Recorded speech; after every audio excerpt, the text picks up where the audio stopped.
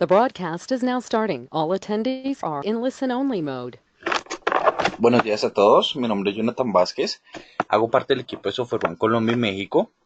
Queremos darle la bienvenida al webcast del día de hoy, donde hablaremos de las soluciones claves de la transformación digital. Antes de dar inicio a la sesión y como parte de nuestro plan de transferencias en conocimientos, queremos invitarlos a que visiten nuestro blog de tecnología. Allí pueden ustedes acceder a recomendaciones, discusiones sobre los temas de actualidad. El enlace del blog es blog-mediolatam.softwareone.com. Además de esto, quiero invitarlos a que visiten nuestras redes sociales. Nos pueden encontrar como Software One, Colombia, México, Costa Rica, en Facebook, Twitter, LinkedIn y YouTube. Bueno, vamos a dar inicio a la sesión de hoy. Recuerden que si tienen preguntas, pueden hacerlas por medio del chat interno y nos encargaremos de ir dando respuestas a cada una de ellas. En el día de hoy nos acompaña Camilo Berbeo, quien es nuestro especialista en Red Hat. Camilo, bienvenido. Buenos días a todos. Muchas gracias, Jonathan, por el espacio también. Gracias a quienes ya están conectados. Vamos a ser un poco más ágiles, teniendo en cuenta pues, que todos tenemos muchas cosas que hacer en la mañana. Entonces, me presento, mucho gusto a todos. Mi nombre es Camilo Berbeo. Yo soy Solution Specialist, enfocado puntualmente en las soluciones de Red Hat dentro de Logicalis.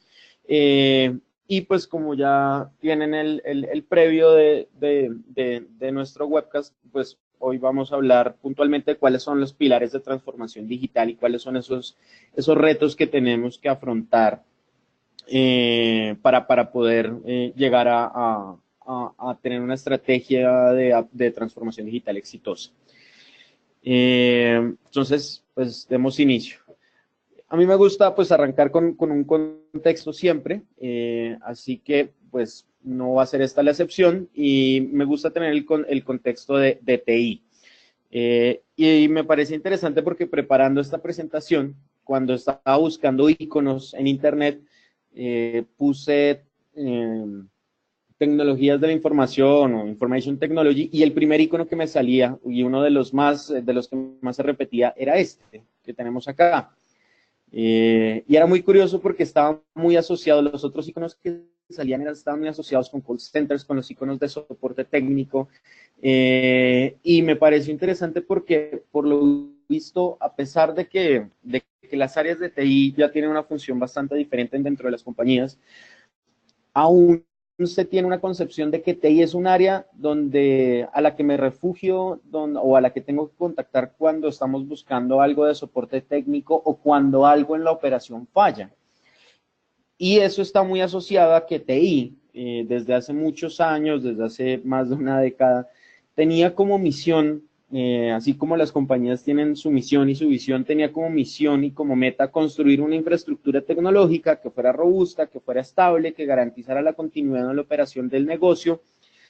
Y realmente esto ya no es así hoy en día. Esto es casi un commodity, esto es algo que se da por sentado de lo que tiene que hacer TI. Pero es que hoy en día TI se ha convertido en el core de innovación y de operación de los negocios.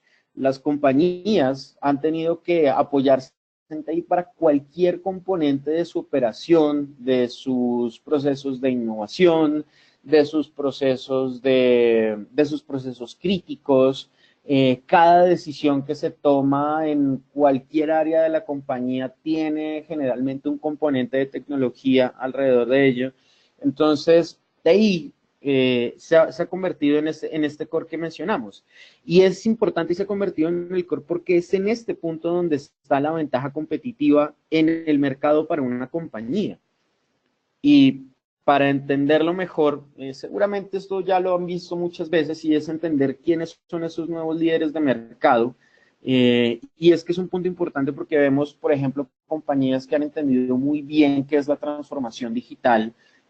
Banco Original es el primer banco 100% digital de toda América y me atrevería a decir en el mundo. Banco Original es un banco brasilero que puso a temblar realmente a bancos tradicionales como Itaú, como Bradesco, eran los bancos más grandes de Brasil. La gran oferta de valor de Banco Original era precisamente que ellos eran el primer banco que no tenía una sola sede física porque absolutamente el 100% de sus procesos podían realizarse directamente a través de su portal web, de su banca en línea o de su aplicación móvil. Entonces, esto es lo que demanda el mercado. Hay que comprender que si somos compañías que ofrecen productos y o servicios a un público masivo o incluso entre compañías, tengo que entender muy bien cuáles son las demandas del mercado, cuáles son los servicios o la modernización en los servicios que están exigiendo mis clientes y mi mercado para asimismo entender por dónde tengo que transformarme. Y pasa algo similar, por ejemplo, con Skyscanner. Seguramente alguno de los asistentes ha entrado al portal de Skyscanner a mirar dónde encontraba cuál era la mejor opción de vuelos para ir a mis vacaciones o algún destino específico. Y Skyscanner también entendió que era mucho mejor ser un hub para identificar cuáles eran los vuelos más económicos y poderle dar al cliente un valor agregado de tomar la mejor decisión, porque en base a una buena arquitectura tecnológica podían identificar las diferentes aerolíneas y poder dar una de las mejores ofertas. Por supuesto, el servicio fue creciendo con los años, fue embebiendo más servicios, y ya hoy en día Skyscanner es una alternativa excelente para poder identificar hoteles, para poder identificar vuelos. Hoy, por supuesto, ha llegado muchísima competencia como Expedia, Booking y otras compañías de servicios similares, pero compañías como esta fueron pioneras en estos servicios y en gran parte era porque también comprendían muy bien qué era lo que demandaba su mercado. Y el punto clave acá es entender lo que demanda mi mercado y saber en qué tipo de tecnologías puedo apoyarme. Lo mismo como Airbnb y muchos otros casos, así como los típicos Uber, Netflix y demás que suelen mencionarse. Pero entonces, en este punto hay que comprender algo muy importante, y es que existen dos tipos de compañías totalmente diferentes, y por eso es que se puede comprender por qué hay una necesidad de transformarse digitalmente. Y es que existen compañías que son las dichosas nativas digitales, así como nuestros hijos. Mi hija tiene aproximadamente 10 años, y ella nació en una época con smartphones, en un momento en el que las tablets existen, y para ella es totalmente nativo comprender el funcionamiento de un celular, de un dispositivo digital, a diferencia de mi papá, que es como las compañías tradicionales que necesitan transformarse y que tienen o conocen tecnologías muy antiguas, muy tradicionales, porque tienen muchos años de existencias, y así como mi papá tienen que aprender a usar WhatsApp, a compartirte una foto por WhatsApp, un contacto por WhatsApp, y es un proceso que es muy diferente al de estos nativos digitales. Entonces, en estos ejemplos tenemos Ant Financial, que es la compañía fintech más grande del mundo, la más valorada en el mundo. Para quienes no lo conocen, y que no conocen o no están familiarizados con los términos de fintech, fintech son esas nuevas compañías o esa evolución de las compañías que te ofrecen algún tipo de servicio financiero o algún tipo de actividad económica que está basado 100% en tecnología.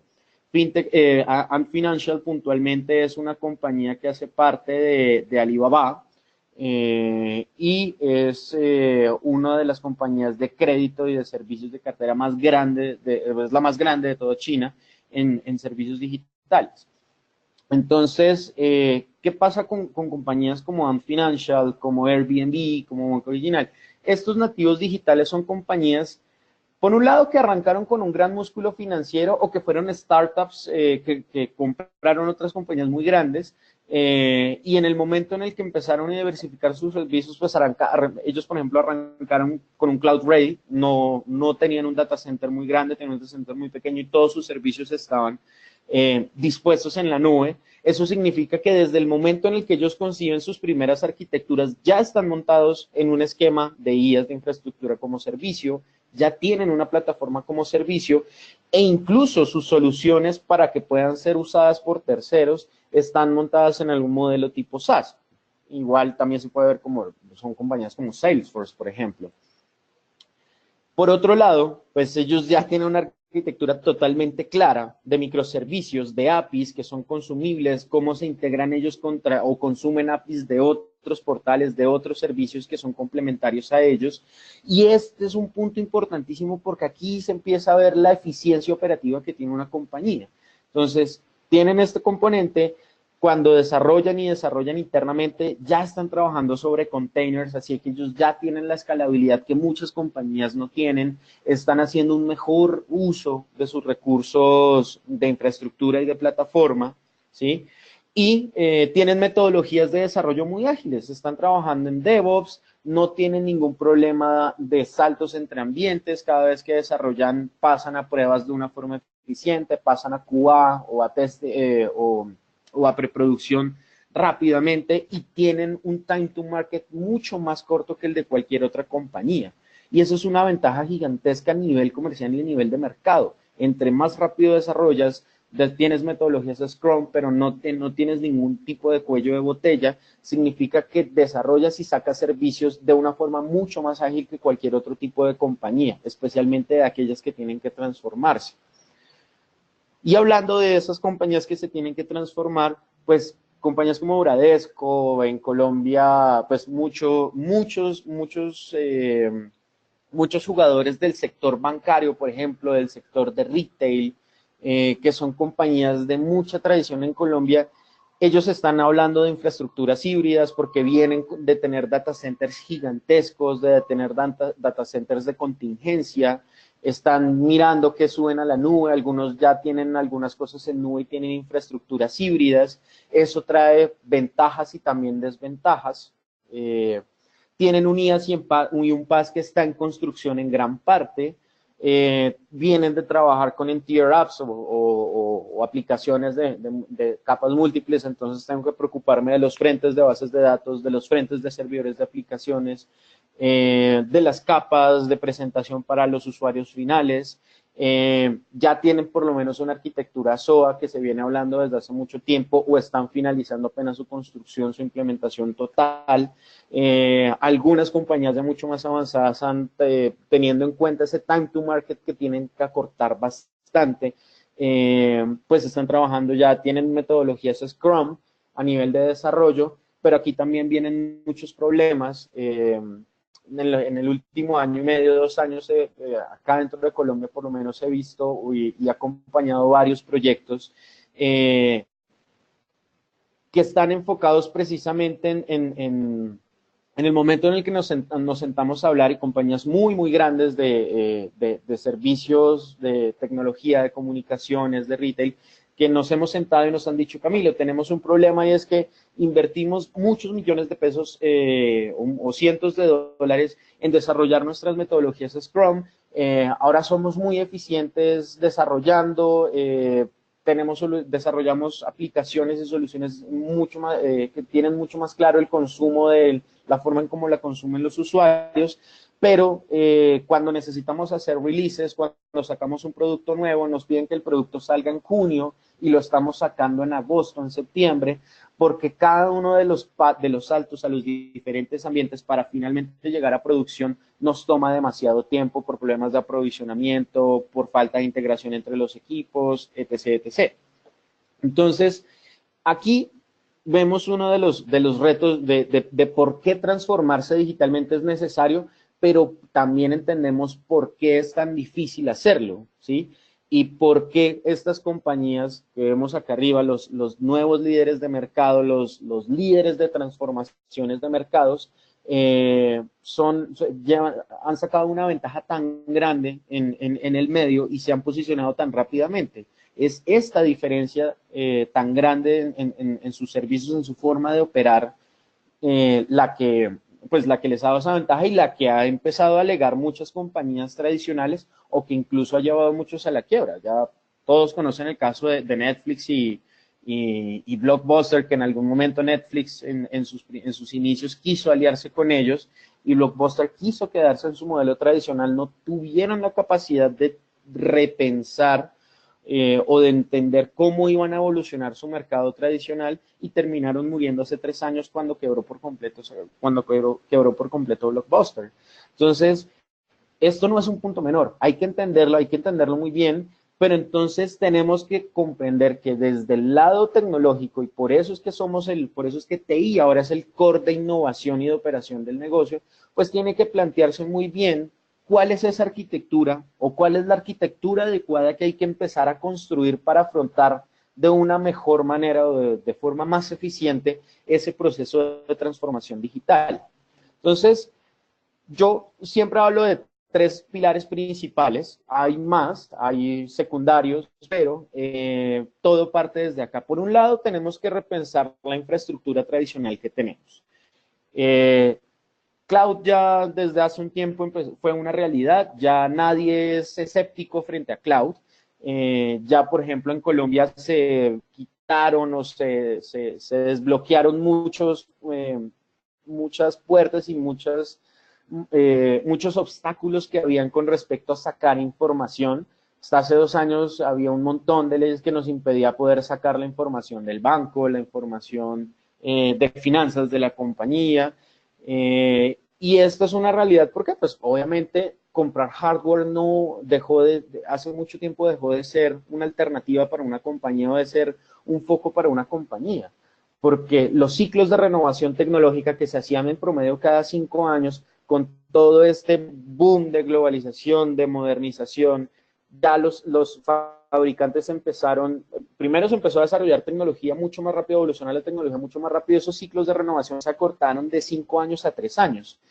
Así que eso castigaba muchísimo los presupuestos de las compañías. Entonces, o tratábamos de actualizar el software, o tratábamos de actualizar las aplicaciones, o tratábamos de actualizar el hardware para poder dar abasto con la demanda y con la necesidad de poder tener, de poder ser muy eficientes en la operación y que nuestra operación tuviera contingencia y nunca se cayera. Entonces, Cloud nace como una alternativa de un mejor consumo de los recursos tecnológicos, de los recursos de hardware, pero por supuesto también con la ventaja o con ese plus de no tener que preocuparme por la renovación de esa infraestructura física. Pero acompañado de esto, pues viene el middleware o esa capa que está en el medio entre el hardware, entre el software, entre las diferentes capas de plataforma y de software. Y este es uno de los puntos más importantes que mirar en el momento de hablar de eficiencia operativa y de desarrollo de nuevos servicios dentro de una compañía. Ya lo vamos a ver más adelante. Y el tercer pilar es, ya tenemos que empezar a mirar y hablar mucho de Big Data, de analíticas, de Business Intelligence, porque es una ley del mercado y una ley en nuestro mundo corporativo que para una compañía es importante poder disponer de información. Quien más dispone de información y quien sabe qué hacer con esa información es la compañía que también tiene una ventaja competitiva importante en su nicho de mercado. Pero entonces, al tener estos 3 pilares, ¿por dónde debería arrancar yo? Bueno, realmente la respuesta depende de qué hace la compañía y qué foco tiene en su mercado.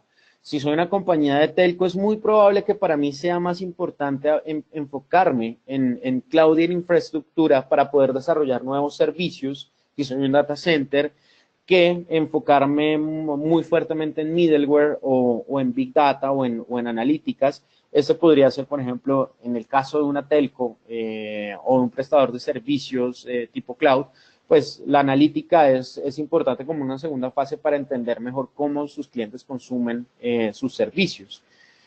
Pero para llegar a este último punto de Big Data, de analítica, pues necesito tener mi casa bien ordenada con unos buenos pilares, con unos buenos sustentos y una muy buena fachada. Entonces, miremos, por un lado, vamos a enfocarnos en los 2 primeros, que es, por este lado, miremos cloud e infraestructura. Entonces, cloud e infraestructura, hoy en día, pues la virtualización también se volvió es un commodity dentro de la infraestructura tecnológica de las compañías, pero entonces aquí también tengo diferentes frentes. VMware es el pionero de virtualización, quien tuvo la ventaja competitiva en el mercado y la mayor, el mayor benchmark, perdón, la mayor cobertura de mercado. Hyper-V pues terminó siendo una muy buena alternativa, por un lado con respecto a los costos, obviamente al poder tener muchos servidores Windows Server, tener bases de datos SQL Server y poder empaquetar todo con la solución de virtualización de Microsoft fue bastante funcional. El problema, por ejemplo, es que muchos clientes han tenido inconvenientes o han sufrido mucho con el performance de una plataforma, han tenido inconvenientes de costos con otra y entonces terminan jugando dos fabricantes más y que han sido interesantes. Por un lado es RHV, Red Hat Virtualization, que es la alternativa de Red Hat de virtualización. Hoy en día ya es la tercera plataforma de virtualización más grande del mundo.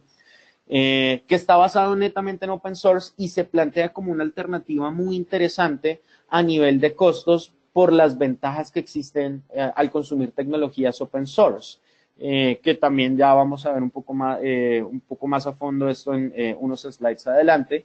Y por otro lado me encuentro a OVM, que es la solución de virtualización de Oracle, que también nace como una alternativa de Oracle, casi que te lo da como un commodity, pero te pone algo de ese dichoso vendor locking, el candado que me pone el fabricante para obligarme a usar todo su stack de tecnologías. Entonces, OVM también tiene un crecimiento grande en el mercado, no tanto como una de las mejores plataformas o alternativas a virtualización, sino realmente por la optimización de costos y por algunos temas de certificación que requieren algunos clientes. Entonces, si vas a virtualizar un motor de base de datos Oracle te dice que te da un soporte técnico limitado hasta que ellos puedan reproducir un error en el dichoso bare metal, sencillamente porque ellos no certifican ninguna de sus plataformas, ninguna de sus tecnologías para virtualizarse dentro de otra alternativa, dentro de otra plataforma tecnológica que no sea OVM. ¿Que funciona? Sí, funciona, por supuesto. ¿Que te van a dar algo de soporte? Sí, lo van a dar. Y es una forma muy ambigua de dejar los términos de soporte, que deja a algunos clientes en el limbo y terminan migrando todas la solución o todas sus soluciones Oracle hacia este tipo de hacia esta plataforma de virtualización y obviamente también por la optimización de costos en algunos casos. Entonces, ¿cuál es el punto en esto? Resulta que te terminas encontrando clientes que tienen soluciones, algunos tienen un pedazo de su infraestructura de virtualización sobre VMware, por costos migraron en algún pedazo a Hyper-V, por temas de performance y costos se migraron a Red Hat Virtualization, por costos también se migraron a OVM. Entonces, en algunos casos encuentras data centers que tienen las 4 plataformas de virtualización. Y eso es un dolor de cabeza terrible a nivel de operación del data center y a nivel de operación de eficiencia operativa dentro de la misma área de TI. Por supuesto, entre más plataformas tengo, pues más alta es la probabilidad de tener que solucionar, de tener inconvenientes y de tener muchos frentes que solucionar con muy poco personal disponible, o termino centrando mis esfuerzos de personal en mantener la operación, en dar soporte a los inconvenientes, ser reactivos y no ser proactivos. Ahora, a este frente de virtualización también hay que sumarle entonces el frente de cloud.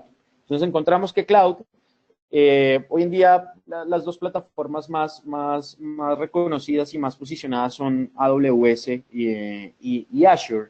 Entonces, sumado a mi operación tradicional del data center, tengo que sumarle la gestión del cloud.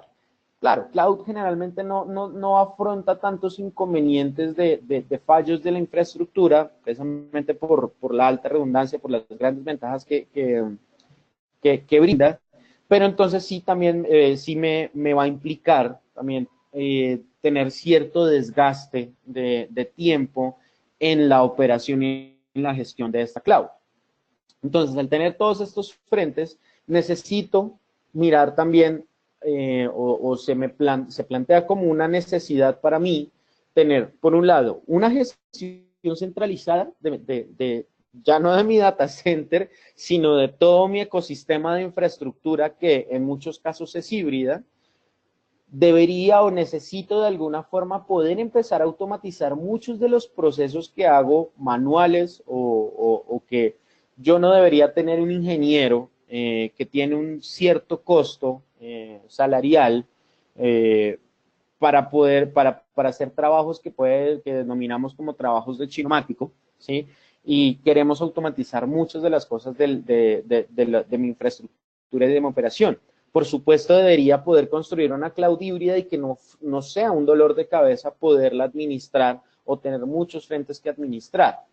Por otro lado, y dependiendo de qué tanto hemos crecido en aplicaciones y de qué lógica tiene nuestro negocio, pues la escalabilidad se vuelve importantísimo. Imagínense compañías como Falabella, compañías de retail, que necesitan tener la flexibilidad de si en algún fin de semana, si llega diciembre, llega el Black Friday, y en el Black Friday tenemos picos de demanda de más del 500% en las visitas comunes, se empieza a colapsar nuestro portal web, se empieza a colapsar el carrito de compras, los sistemas de checkout, las aplicaciones internas de control de inventario, de despachos, etc, etc, etc. Entonces, la escalabilidad es importantísima y esto no aplica únicamente para compañías del calibre de Falabella.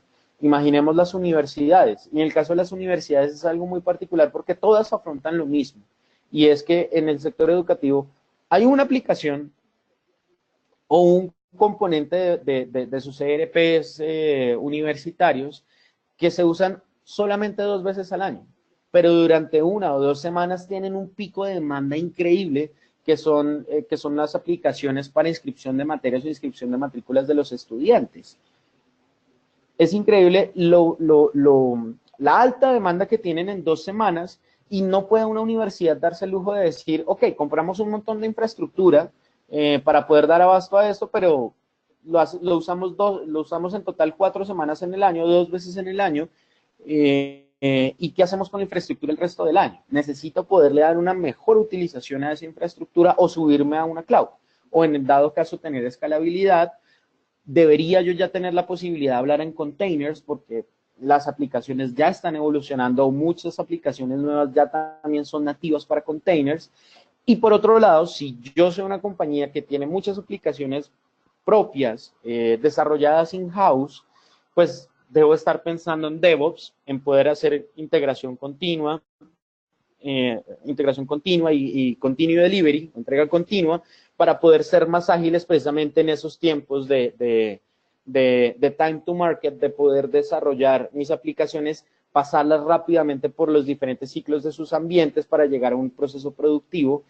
Y esto también es un frente muy importante para poder que abordar dentro de la compañía.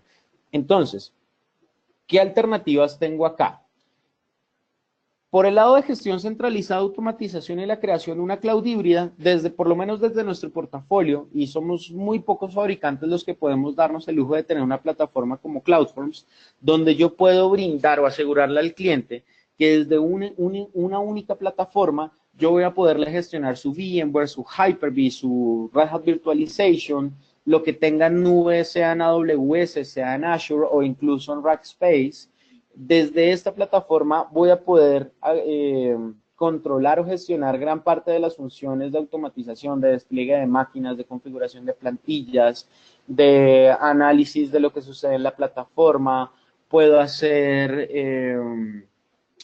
capacity planning, puedo definir políticas para los despliegues de las máquinas, definir o decidir en cuál de mis diferentes plataformas de virtualización o de cloud debería poder desplegar lo que yo necesite. Si voy a necesitar desplegar una base de datos SQL Server, puedo configurar mi plataforma CloudForms para decirle, si tienes que hacer un despliegue de Windows Server o de SQL Server, despliégalo sobre la infraestructura de Azure porque económicamente es más funcional para mí. Si voy a necesitar desplegar algún motor para hacer Machine Learning, pues que se despliegue sobre AWS, que tiene uno de los mejores componentes de Machine Learning y de mejor costo. y voy a poder incluso desde el mismo CloudForms gestionar todas mis plataformas, pero también hacer algo muy importante que es el chargeback, es decir, poder configurar cada uno de los componentes de cómputo, de storage, incluso de networking, de toda mi infraestructura tecnológica para saber cuánto me vale cada plataforma e incluso, que es uno de los componentes más importantes, como TI ya no es un área que necesita, que pide muchos recursos económicos para gastarlos en una operación que no tienen ni idea dentro de la compañía para qué es que gastan tanto, sino que hoy en día las compañías ya tienen claro que el presupuesto de TI es fundamental para su operación y para su evolución como compañía, pues poder decir, ok, si si el área de recursos humanos tiene determinado gestor para recursos humanos y el año siguiente van a meter una aplicación adicional, yo puedo con mi módulo de Chargeback en CloudForms poderle decir, mira, tu operación vale 50 millones de pesos mensuales, ejemplo, o 200 millones de pesos anuales, y para la aplicación que tú me estás pidiendo con estos requerimientos hay que sumar que tus gastos de operación serían 30 millones de pesos adicionales. Entonces, es fundamental para poder tener un muy buen control del gasto, del gasto de los recursos, poder tener una buena planificación financiera, poder sacar una buena cantidad de reportes que me permitan identificar cuánto me vale mi operación, pero incluso también poder tener un control sobre cada una de mis plataformas, porque sabemos que algunos de los pocos contras que tiene el uso de plataformas cloud es que esto parece una llave de grifo a veces. Despliegas sobre cloud y a veces pierdes un poco el control de los recursos o del gasto de lo que tienes sobre cloud, así que se vuelve importantísimo poder tener ciertas políticas de control, poder decir desde CloudForms pongo políticas de si tengo máquinas enfocadas para testing, pues los testing generalmente los hacemos en determinadas horas, en determinados días, pues poder decir estas máquinas solamente las activo, las despliego para hacer las pruebas y en el momento en el que se acabe o para las áreas de desarrollo poder decir los viernes a partir de las 8 de la noche ponme este grupo de máquinas en pausa para evitar consumo de ciclos de cómputo innecesarios y volverlas a reactivar el lunes a las 7 de la mañana. Entonces, este control que me permite CloudForms es bastante interesante y me cubre gran parte de estos frentes que necesito solucionar. A nivel de escalabilidad y containers, seguramente algunos ya conocen o han escuchado OpenStack. OpenStack es realmente una plataforma fantástica y lo podríamos catalogar como la evolución de lo que es la virtualización tradicional. En virtualización tradicional yo siempre tengo tres componentes o siempre me fijo en tres componentes, el componente de networking, el componente de cómputo y por otro lado el componente de storage y almacenamiento. El objetivo con OpenStack es que esos componentes que yo veía por aparte los voy a poder ver acá también integrados dentro de la misma plataforma. Es decir, que en este punto ya solamente me voy a preocupar de comprar servidores de cualquier marca económicos que sencillamente que cumplan con los estándares mínimos para la operación de la plataforma y ya no solamente me voy a enfocar en poder dar una virtualización de recursos de cómputo, sino que también voy a dar funciones de NFV, de virtualización de funciones de red. Voy a poder aprovisionar muchos de los componentes de red desde el mismo OpenStack y igualmente le voy a poder aprovisionar muchos de los componentes de almacenamiento, sea con Gluster, sea con Ceph. Así que aquí ya solamente voy a enfocarme en tener grupos de servidores con muchos slots para llenarlos de discos duros, porque la gran promesa de soluciones como Ceph o como Gluster es poder garantizar el mismo performance y en muchos casos se logra o se supera del performance que puedo tener con una solución como un EMC, un Equalogic o un storage de alto performance con servidores mucho más económicos. Y es que sabemos que uno de los componentes más costosos en hardware es precisamente el storage. Así que aquí voy a tener una gran ventaja de tener una infraestructura mucho más simple, mucho más adaptable, que me brinda escalabilidad o pues están muy enfocados en containers también, en poder dar esa escalabilidad y esa flexibilidad que no da siempre la virtualización o que a veces se queda corta en la virtualización. Así que es una plataforma muy interesante. Gran parte de los nuevos servicios que se ofrecen en Data Center están revisándose sobre o están ya operando sobre OpenStack por las grandes ventajas que ofrece. Entonces, para compañías que definitivamente necesitan una infraestructura híbrida, donde algunas cosas están en cloud, pero definitivamente el data center el data center tradicional va a tener que seguir operando, OpenStack es una muy buena alternativa para esos nuevos servicios, esas nuevas aplicaciones que se están creando dentro de la compañía. Y por el lado de DevOps y de Continuous Integration y Continuous Delivery, pues se tienen soluciones como OpenShift. OpenShift es bastante interesante en el sentido en el que también opera sobre containers.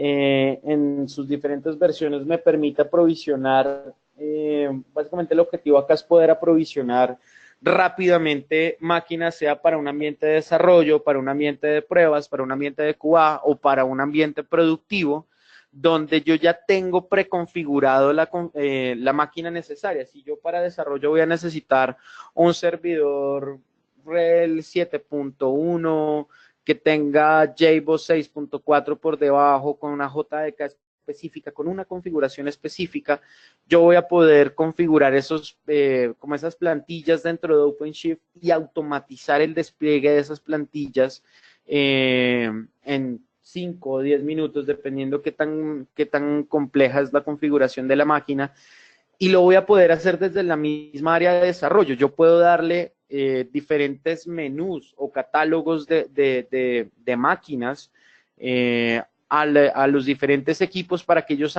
automáticamente hagan sus aprovisionamientos, controlar los ciclos de vida de esas máquinas. Si se va a hacer un desarrollo que toma más o menos 2 semanas, pues dar un ciclo de vida de 2 semanas a esas máquinas y que 2 semanas después entren en pausa o sencillamente se eliminen para quitarle la carga operativa al equipo de infraestructura, al equipo de operaciones, que debería estar enfocado en otros temas de análisis de la infraestructura o de renovación de la infraestructura, en vez de andar todo el tiempo respondiendo correos y aprovisionando máquinas o configurando máquinas en base a plantillas o máquinas desde cero para las diferentes áreas de desarrollo de pruebas que me están pidiendo todo el tiempo. Entonces, aquí gano 2 cosas. Me quito de encima ese cuello de botella tan grande que es el salto entre los diferentes escenarios de la compañía, entre los diferentes ambientes, pero también aprovecho o acorto ese dichoso time to market que hemos hablado tanto y ya no me toma 3 meses poder sacar al público un producto, si soy una compañía de servicios, o si soy una compañía que necesita rápidamente renovar o agilizar sus procesos de eficiencia operativa interna, como puede ser, por ejemplo, el caso de una Bianca, que hace unos años conocíamos muy bien que tenían muchos inconvenientes en la operación interna, de que comprábamos un tiquete y íbamos a hacer check-in, pero no se puede hacer check-in porque la compra del tiquete todavía no se visualizaba. Muchas de estas cosas suceden por problemas o de integración, que ya los vamos a ver más adelante, o incluso es por problemas internos en que estamos mejorando o renovando o evolucionando nuestras aplicaciones, pero nos toma mucho tiempo poder poner en producción esas nuevas aplicaciones o esos cambios. Recuerden que si tienen preguntas las pueden escribir y paramos un momento y las vamos resolviendo. La idea es que esto sea un poco más dinámico y no nos quedemos con inquietudes que se terminan resolviendo muy tarde. Bueno, pasemos ahora a middleware o el reto de integración. Desde mi perspectiva, este es uno de los frentes más importantes para abordar por una compañía. Incluso en temas de infraestructura, muchas veces podemos desbordar sobre cloud, muchos servicios sobre cloud o adquirir muchos servicios SaaS y mitigar un poco el reto de infraestructura, pero middleware es el punto más importante para poder transformar el negocio, la forma en cómo opera la compañía, y sobre todo para poder brindar nuevos servicios y mejorar la experiencia de los usuarios de nuestros clientes finales. Entonces, siempre que converso de estos temas, hablo del reto de integración, el reto de eficiencia operativa de la compañía, y es que esto es un escenario muy común dentro de las empresas. Tenemos un montón de aplicaciones que están en diferentes lenguajes, con diferentes estándares, con diferentes protocolos. Cada vez me llegan más aplicaciones porque tengo que dar frente al CRM, tengo que dar frente a las aplicaciones, tengo que dar frente a las aplicaciones móviles, me llegan nuevos fuentes de datos, tengo que crear bases de datos nuevas, tengo aplicaciones que son SaaS, muchas ya SaaS, tengo diferentes sedes o diferentes puntos de servicios que tienen que integrarse con la operación de la compañía, aplicaciones como el ERP, y cuando empezamos a tratar de ser más eficientes, porque el ERP tiene que hablarse con el CRM sí o sí, tiene que hablarse con las diferentes bases de datos, termino armando la famosa arquitectura espagueti, que es esta, donde tengo que hacer 1.000.000 de integraciones punto a punto, donde el CRM tiene que hacer 5, 6, 7 integraciones y también de vuelta, y perdemos mucho tiempo. Aquí es donde TI tiene muchos dolores de cabeza, donde los directores de finanzas, los directores de mercadeo, los directores de operaciones no entienden, porque es muy difícil explicarle a ellos por qué somos tan lentos, por qué somos tan deficientes en operación, pero ellos no entienden el reto de integración tan grande que tiene que afrontar una compañía. Entonces, ante esta situación se presentan, digamos que a nivel del reto de integración, lo más importante es poder dar una solución. Y la solución es lo que a veces llamamos, lo denominamos como hub de integración, ¿sí? Ese hub de integración lo puedo abordar por dos frentes. Por un lado, yo tengo los buses de integración de servicios, en nuestro caso en Red Hat se denomina JBoss Fuse, y el objetivo con el bus de integración de servicios es precisamente poder crear una arquitectura más que SOA, poder hablar de microservicios, poder hablar de APIs, de integración de APIs o consumo de APIs, y poder simplificar la integración de las diferentes plataformas. Es decir, yo puedo tener el CRM, si mi CRM, por ejemplo, es un Salesforce, o si tengo un ERP también en la nube o algún tipo de BPM para automatización de procesos, que ellos puedan integrarse a través de un microservicio o a través de un API usando el bus de integración de servicios. Incluso el bus de integración de servicios no únicamente pues, me da esa función única, sino que también es un muy buen aliado en el momento en el que las compañías necesitan hacer una migración de aplicaciones o modernizar aplicaciones. Para ponerlo en un ejemplo mucho más sencillo, el año pasado estaba viendo, logramos hacer la implementación en una cadena de retail muy importante dentro de Colombia, quienes tenían un ERP de un fabricante muy famoso, seguramente lo conocen, son alemanes, y el punto que ellos tenían es que habían cambiado de su ERP tradicional a una solución que desarrollaron in-house, porque la complejidad de operación de la compañía ya lo requería y ninguna solución del mercado pudo dar abasto a ello. ¿El problema cuál era? Que sacaron también paralelo a esto una tarjeta de crédito, y ellos necesitaban que todo lo que pasaba a través de sus tarjetas de crédito, que solamente la única aplicación, el único ERP que podía controlar ese módulo de tarjeta de crédito era el nuevo, pero las compras tradicionales también estaban quedando en el ERP antiguo y necesitaban que quedaran registradas en los dos y esa información se registrara en ambos puntos. Así que Fuse, hicimos una implementación de Fuse donde él tuvo una función doble. Por un lado, Fuse pudo integrar los sistemas de cajas con ambos ERPs, con el nuevo y el antiguo, pero también lo pudo usar fue muy útil para poder hacer una migración de información de lo que se tenía en el ERP antiguo, que tenía determinados formatos, para pasarlos al ERP nuevo. Entonces, esto fue bastante funcional, y este caso también lo hicimos en una compañía muy importante del sector de manufactura en el país, asociado al sector de los textiles, que quienes tenían herramientas muy modernas usaban una herramienta de BI para controlar parte de sus producciones, pero también, y hacer sus estimaciones de ventas, pero también, por un lado, el core operativo de su compañía estaba hecho en una tecnología muy vieja que era un C, era una aplicación desarrollada en C. Entonces, ellos tenían que hacer procesos en batch muy demorados para poder transformar la información original que tenían de su binario, poderlo transformar al data warehouse que tenían y consolidarlo en bases de datos SQL Server para que pudieran ser consumibles por la plataforma de BI.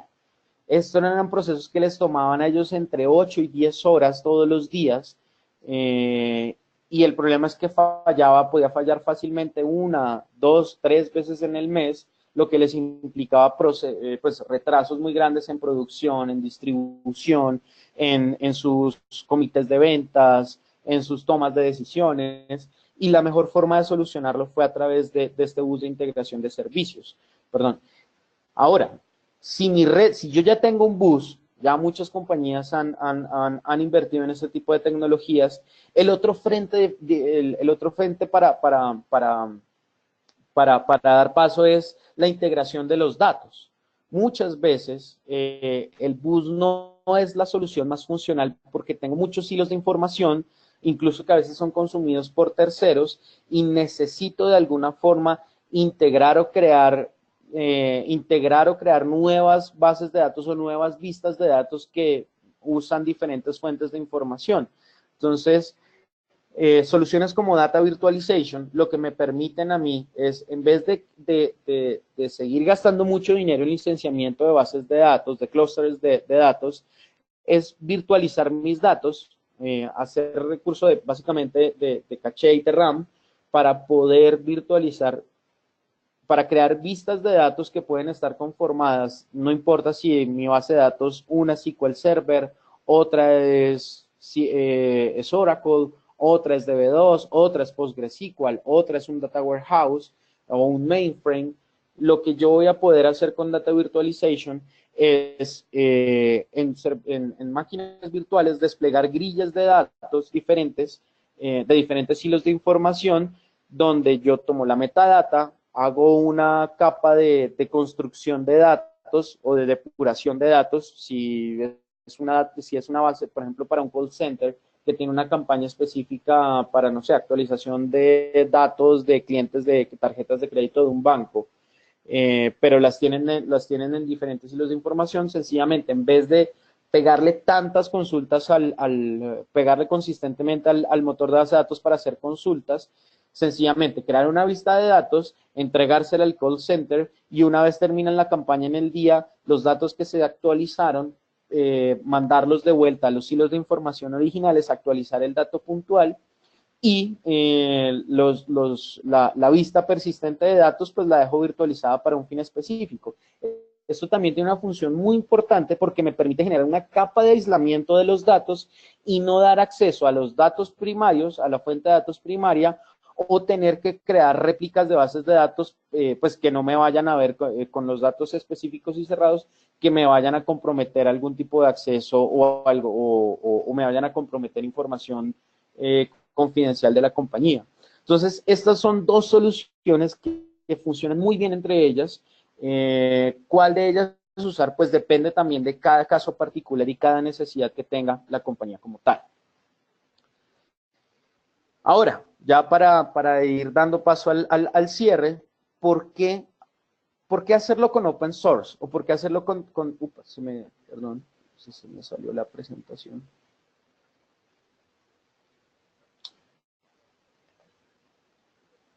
Jonathan, ¿estás por ahí? No, Estoy en tu pantalla. Ya, perfecto. Es que tengo un problema con mi touchpad. Listo, entonces retomamos. ¿Por qué hacerlo con open source? O en este caso con tecnologías de Red Hat. Y el mundo open source ha crecido bastante, y en los últimos años ha crecido el espectro de compañías que están trabajando con modelos de tecnologías open source. Incluso Microsoft ya abrió .NET como una plataforma open source por las ventajas que implica tener una comunidad de desarrollo. E igualmente pues certificó muchas de sus plataformas para correr sobre tecnologías de Red Hat. En algunos casos hemos tenido clientes que hicieron migraciones de bases de datos SQL Server, las pasaron a correr sobre servidores Red Hat Enterprise Linux, con un benchmark en algunos casos incluso superior a que corrieran sobre un servidor Windows Server tradicional. Entonces, la razón por la que open source ha tenido una gran acogida, en gran parte es por lo flexible o lo abierto que es en sus estándares. Obviamente cuando hablamos de open source corporativo, donde los estándares han sido definidos y han sido certificados entre fabricantes, pero especialmente por un componente de costos. Y entendamos por qué en este ejemplo. Entonces, cuando yo hago una implementación o adopto una tecnología o tengo un proyecto dentro de TI o que afronta TI, yo siempre tengo como mínimo 4 componentes. Un componente de licenciamiento, un componente de soporte técnico o de renovación de garantías, ¿sí? Que es algo que es un componente que yo pago una renovación que hago anualmente a mi fabricante. Por supuesto, hablo de servicios de implementación y tengo un componente de capacitación, pues porque necesito obviamente que mi equipo internamente tenga el know-how de la operación o del uso de esta plataforma o de esta solución. Entonces, aquí es donde se empieza a ver la diferencia muy grande. El mundo de licenciamiento tradicional, ¿sí? Las compañías que ya conocemos, y el mundo de compañías o de soluciones enfocadas en open source. Entonces, a nivel de licenciamiento, yo tengo en el mundo tradicional o los fabricantes tradicionales, pues en este caso hipotético, aunque no está muy lejos de la realidad de un proyecto que revisé a nivel de infraestructura, tengo un gasto en este caso de $100,000. Generalmente el soporte y mantenimiento está alrededor entre el 20 y el 25% del costo de licenciamiento tradicional, es decir, $25,000 en este caso. Unos servicios de implementación que, dependiendo del tamaño de mi proyecto, a veces o muchas veces es superior al costo de licenciamiento, esta parte de consultoría e implementación, y unos servicios de capacitación que generalmente no son muy altos, pero me importa que mi equipo tome unos cuantos cursos, se certifique si es el caso. En este caso hablemos de $5,000. Lo que me daría entonces un costo aproximado total de $280,000 en este ejercicio. Cuando yo cuento con soluciones open source, estoy hablando que las tecnologías open source no es que no tengan licenciamiento, sí tienen una licencia, es la dichosa licencia GPL o General Public License, que es de acceso general al público. En el caso de Red Hat, tú puedes tomar tecnología Red Hat e instalarla, descargarla, instalarla sin tener que pagar. Pero entonces, ¿el juego cuál es? Yo necesito que mi plataforma esté al día, yo necesito que Red Hat, en este caso, certifique la plataforma que me está brindando, certifique que si yo voy a desplegar mi base de datos Oracle sobre un servidor Red Hat Enterprise Linux que está certificado por Oracle, pues necesito que Red Hat me dé soporte sobre eso, que Oracle me avale que sí estoy usando un sistema operativo certificado por ellos, pero sobre todo que si yo descargo algún componente para ese servidor, esté certificado, desarrollado y avalado por Red Hat, porque si ese componente falla, ese fabricante va a responder por ese componente específico. En dado caso que si necesito hacer un upgrade, un update de aplicar algún parche para mi servidor de aplicaciones o mi sistema operativo, pues el fabricante está detrás de ello respaldándolo, especialmente para clientes que tienen manejo de datos de clientes finales, de público, para entidades bancarias a quienes se les apegan PCI, Ley 052 en Colombia. Entonces, estas leyes básicamente me dicen, yo puedo usar open source, sí lo puedo usar, pero todo de open source que yo use debe tener un fabricante que lo respalde y que respalde esta tecnología detrás. Entonces, aquí ya estoy viendo un ahorro porque ahorré el costo de licenciamiento, compré mis suscripciones, que es como se denominan, y el costo de implementación de servicios generalmente es muy parecido en las diferentes plataformas tecnológicas. y también un componente de capacitación. ¿Cuál es la ventaja acá? Que si vemos, me terminé ahorrando en este ejercicio, me ahorré todo el costo de licenciamiento. Entonces, tengo una plataforma que me está costando en algunos casos 50, 30, 40, 60% menos, dependiendo de cada caso particular. Y eso es una ventaja muy grande, porque cuando estamos hablando de transformación digital, eso significa que cuando yo adquiero tecnologías open source o me enfoco en buscar tecnologías open source, por un lado la curva de adopción tecnológica es mucho menor. ¿Por qué? Porque en algunos casos incluso la capacitación con los licenciamientos tradicionales termina viéndose afectada. Entonces termino pidiendo unas cuantas horas o unas sesiones de transferencia de conocimiento, pero no me queda dinero para certificar a mi equipo como tal frente a esa tecnología del fabricante. Una cosa es que a mí me den una transferencia de conocimiento de cómo usar el BI, a decirle a mi equipo técnico, mira, te voy a certificar, o al equipo financiero, o quienes están trabajando este tipo de soluciones, decirles, mira, te voy a certificar en BI, o te voy a certificar en analítica, y te voy a certificar en el manejo de la plataforma de BI o de analítica. Es totalmente diferente. Entonces, eso, poder hacer un mejor gasto en capacitación, porque me ahorré el costo de licenciamiento, pues reduce dramáticamente la curva de adopción tecnológica. Quienes trabajan en banca saben que hace unos años banca era la vertical de mercado con tecnología más legada que podía existir. Tú ves todavía bancos en Colombia que tienen soluciones o plataformas que funcionan en COBOL, que tienen plataformas en C, y a la vez están trabajando con BI, trabajan con banca móvil, porque tuvieron que transformarse a las malas y hoy en día sufren mucho en tener que tener que integrar su tecnología muy legada, sus aplicaciones monolíticas, que de alguna forma terminen brindando servicios que están dentro de la banca móvil. Entonces, el objetivo acá es poder acortar la curva de adopción tecnológica y, por supuesto, tener un mejor presupuesto para transformación digital, porque transformación digital sufre mucho en tres aspectos. Por un lado, porque la compañía no entiende por dónde abordarla, porque necesita gastar dinero en consultoría para poder tener un buen proceso de transformación digital, dado el caso, porque hay un problema también que enfrentan a nivel de resistencia al cambio, de no queremos hacer VI, no queremos hacer VI, o no se puede capacitar a la gente para entender por qué es beneficioso para ellos usar VI, una herramienta de VI, o porque a pesar de que ya tenemos, no hay resistencia al cambio, ya tenemos una planificación de cómo hacerlo, nos cuesta mucho hacerlo porque no tenemos presupuesto para poder afrontar este tipo de retos. Entonces, open source es una muy buena alternativa para poder dar frente a transformarnos digitalmente. Y pues desde el lado de Software One también podemos colaborarles nosotros, pues como saben, somos expertos en acompañamiento y en suministro de activos de software, pero también como valor agregado tenemos la posibilidad de decir a una compañía, la posibilidad de acompañarlos a ustedes en hacerles un assessment, en optimizar el uso de sus activos de software y poder ayudarlos a reducir hasta en un 30 o 40% los gastos en activos de software, no solamente con open source, sino por la consultoría que podemos brindarles en torno a sus activos de software en los diferentes fabricantes que tengan.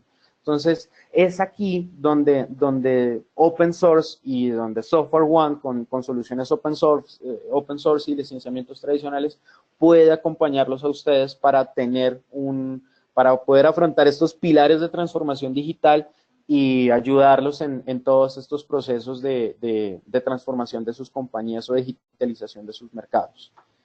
Bien. Creo que esto es todo.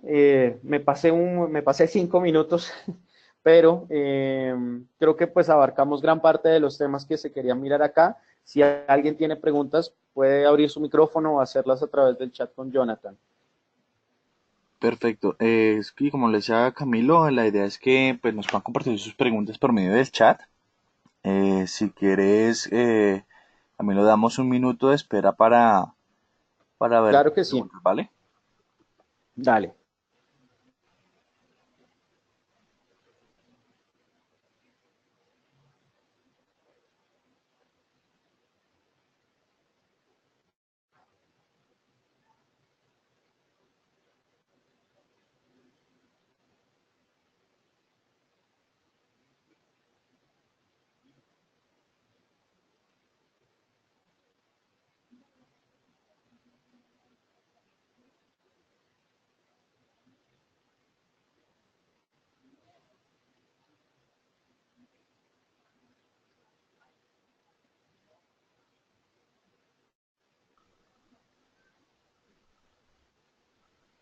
Bueno, Camilo, no veo preguntas, entonces Bien, no me queda más sino agradecerte por apoyarnos en esta sesión.